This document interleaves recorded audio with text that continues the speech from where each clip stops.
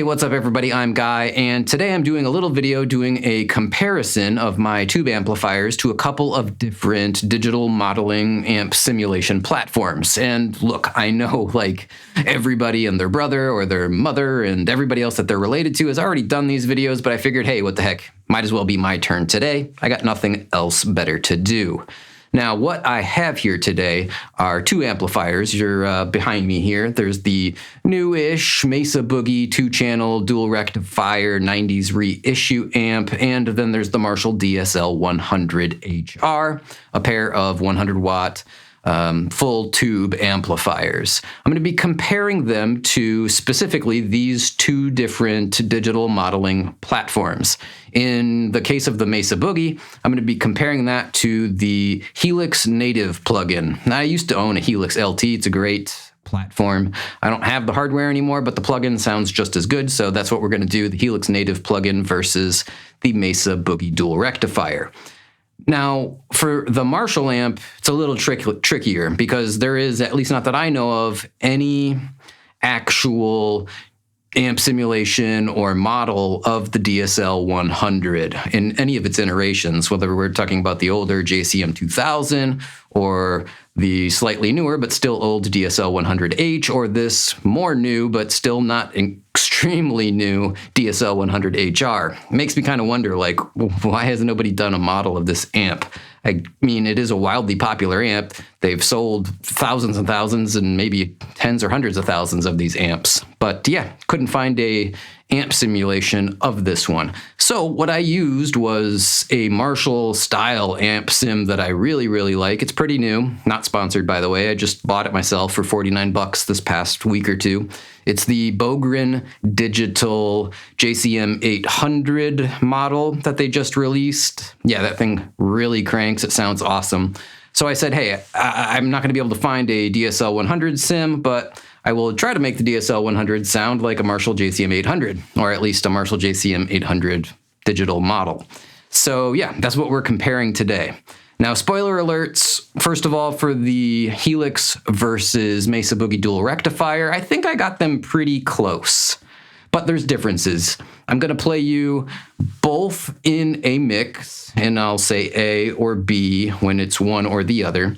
And then I will play both the Helix and the Dual Rectifier in isolation. And again, I'll say A or B. And then you guys can guess which it is. And don't worry, I'm not going to make you come back in like a week for a new video. At the end of this video, I will tell you which is which. I hate it when people are like, oh, I'm going to do this comparison, and you guys guess what it is. And then I'll tell you the results in a week or a month or a year or whatever, and you always forget to come back. That kills me.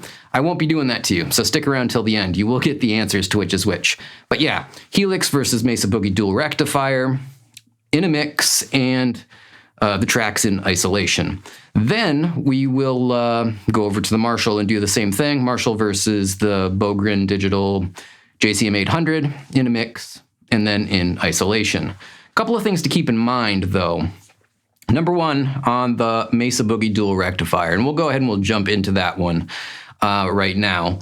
But keep in mind that the model of the Mesa Boogie Dual Rectifier that is built into the Helix is modeled on an early 2000s Mesa Boogie 3-channel non-multi-watt amp on the red modern high-gain channel with the rectifier select mode set to vacuum tubes, not silicon diodes. So I have a 2-channel reissue of the old 2-channel amps. It is not the same amp as a 3-channel non-multi-watt amp. So obviously we're like kind of up against a wall, like comparing a little bit of apples to oranges or whatever the saying is. So keep that in mind. To get it as close as possible though, I did put my amp on the modern high gain red channel, and I did put my amp's tube tracking method to vacuum tubes, or I'm sorry, rectifier method to vacuum tube tracking, so that at least we're getting it as close as possible. I don't typically play this amp with the tube rectifiers. I use the silicone diodes, as I think most people do when they're on the high gain red channel. It's weird that Helix or Line 6 decided to model that amp based off of a mode that most people wouldn't probably use for for that channel, for that red modern high gain channel. Nevertheless, it is what it is. I try to get them as close as possible, but there are differences. So let's go ahead and hear both in a mix. And when it says A on the screen, it'll be one of them. And then when it says B, it'll be the other one. And tell me which you think is which.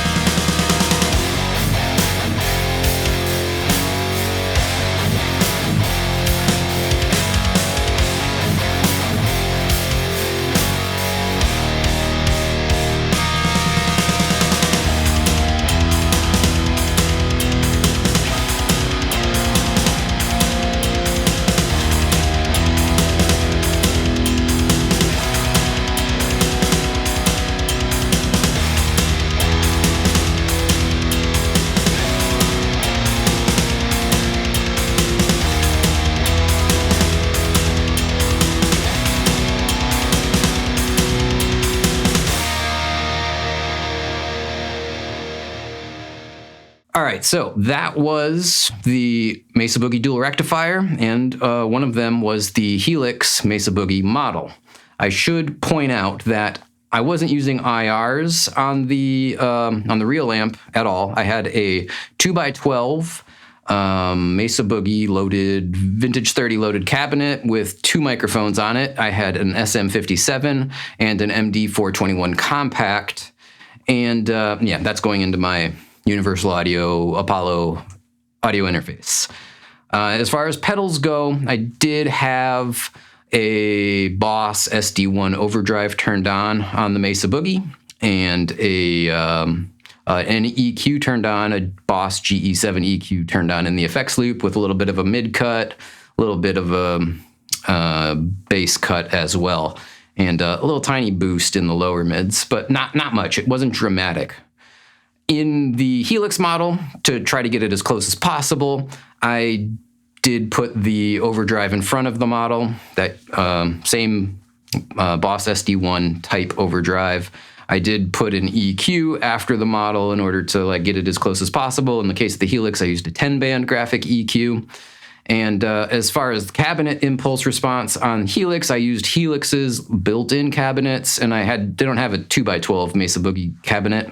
So I used the California 4x12 with V30s, and I used it in dual mode so that I have the SM57 and the MD421 on the cabinet model or simulation, so to try to make them as close as possible.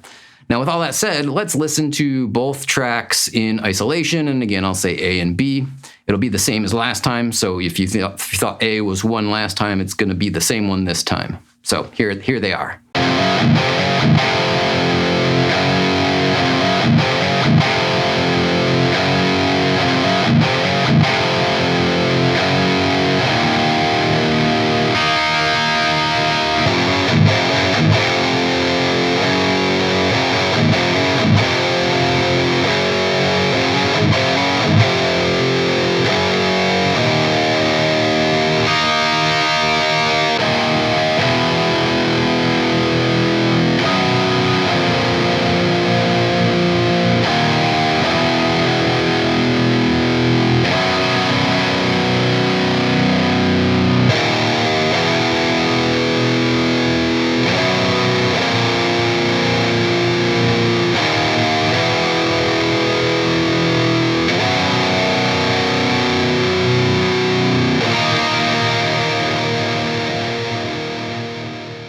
All right, so there you go. That was both of the tracks in isolation, and I'd like you to let me know down in the comments, did you think A was the Mesa Boogie, or did you think A was the Helix, and B vice versa? Be interesting to see what everybody thinks. So now let's go ahead and let's talk about and ultimately listen to the Marshall DSL100 versus Bogren Digital JCM 800 amp sim.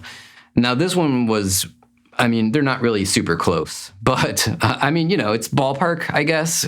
In the mix, you probably won't even be really sure which was which, but when you hear them in isolation, I think you're going to go, oh, these are obviously different. You might not know which is which still, but they are very apparently different in isolation. That said, something that surprised me, and I think, first of all, the Bogren Digital JCM 800 amp sim is possibly one of the best amp sims, period, that I've ever played. I really, really like it.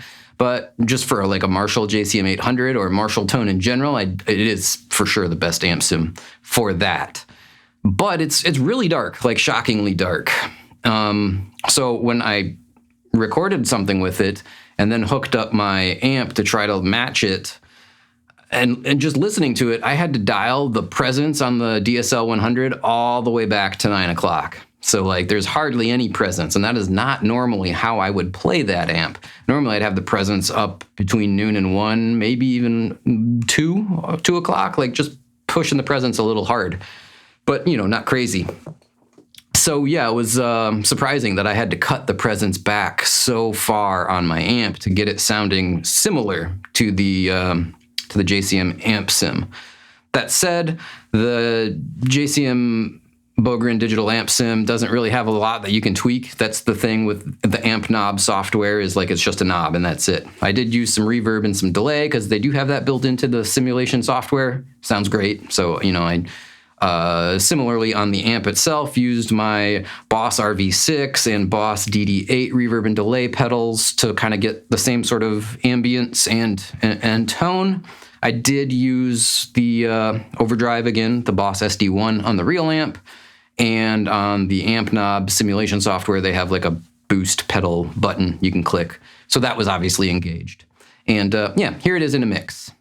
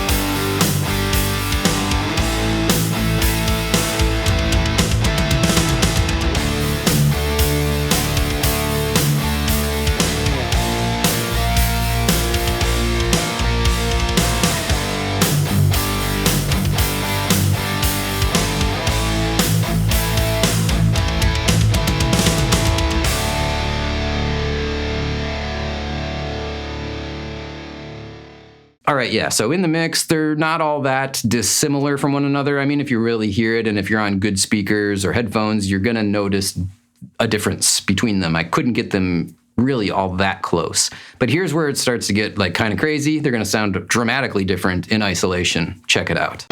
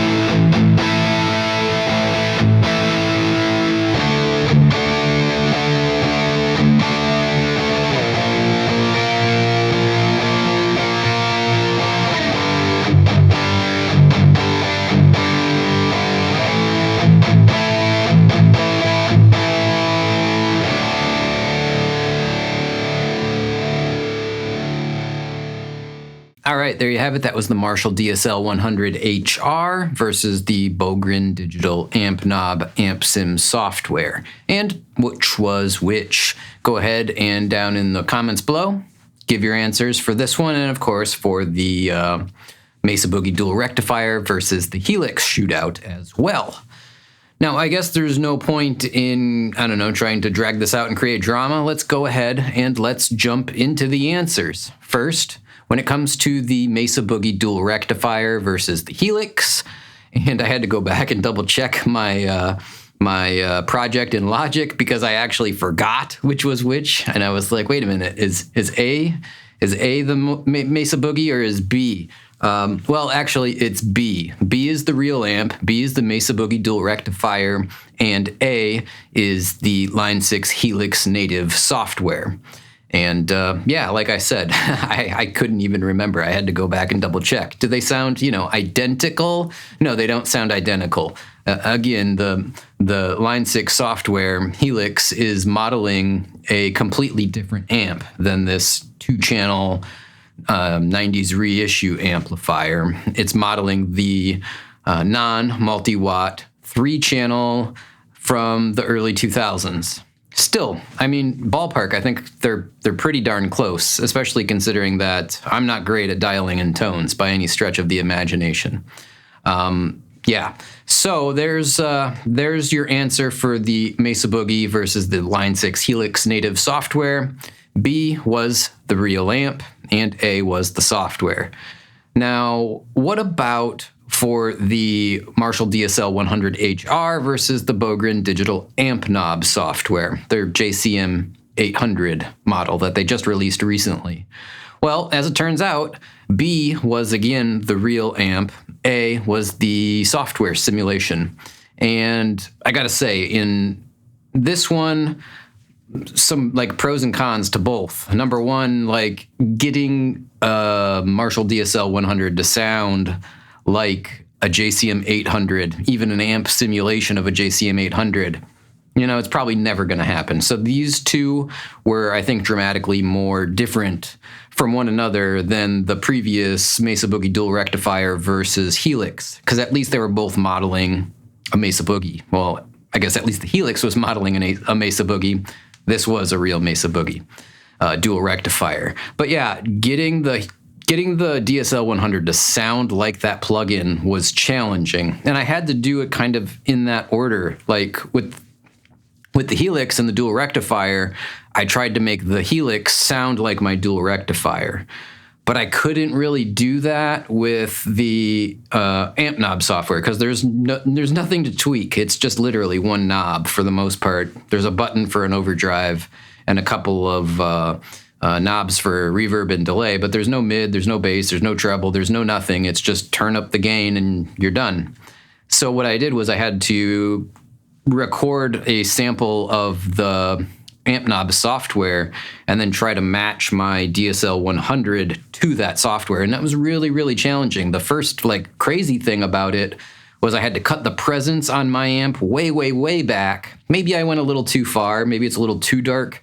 The real amp is a little too dark, but I brought the presence down to 9 o'clock on the presence dial, where I would normally run it between 12 and 2 o'clock. Not always at 12 o'clock, not always at 2 o'clock, not always at 1 o'clock. Just depends which guitar and whatnot. But if I'm just playing in the room, that's where I'm running the presence. And to try to get it close to this sim software, I had to cut that presence almost entirely out. So yeah, it was challenging to get them to sound even similar. I think in the mix, you couldn't really tell. I mean, well, first of all, could you tell which was which? No, I don't think you can really tell which is which. I think you can just tell that they're different. At least that's my opinion. If I was going to be objective and blind A/B these, I don't know that I would know which was which. Just I would know that they were different. They weren't the same thing. That's what's obvious. So yeah, when I'm playing in the room, like I said, I generally don't run this amp that way, but to get it kind of sounding like that JCM 800 sim, that's what I had to do. And by the way, I was using the ultra gain green channel on this amp, if you were curious on which channel of the amp I was using. But yeah, I don't know. In the mix, could you really tell a difference? Not so much. Very, very hard to tell a difference in the mix, but isolated, yeah, big difference. So I'm looking forward to seeing your guys' answers down in the comments below. I want to see how many people got it right versus how many people got it wrong. And since it's kind of like a 50-50, I'm guessing there's going to be about 50% of the people got it right, 50% of the people got it wrong, because, you only have really two choices for each one. It's Is A or is B the Mesa Boogie? Is A or is B the Marshall? Flip a coin, you're going to get it right half the time. So I don't think we're going to get like any super telling, like, I don't know, data out of this where it's like, oh, 97% of everybody knew which was which. I don't expect that, but I'm looking forward to reading the comments and seeing if that is in fact what happens. So yeah, I guess that'll wrap this one up. I hope you guys enjoyed it. Do me a favor, click the thumbs up button. Click the subscribe button as well if you would. I would greatly appreciate that. If I get more people subscribing, I'll keep making more content. Right now I make a video once every week, maybe once every other week, not often. But if I get more subscribers and I get more, you know, enthusiasm and interest from you guys, I will make more content. It's not like the greatest content in the world. It's just, you know, fun stuff. I like to do it, and hopefully you guys that are watching it like to watch it. Now, with all that said, I'm going to go ahead and wrap this one up for now, and I'm going to say thanks again for tuning in, and until the next one, bye now.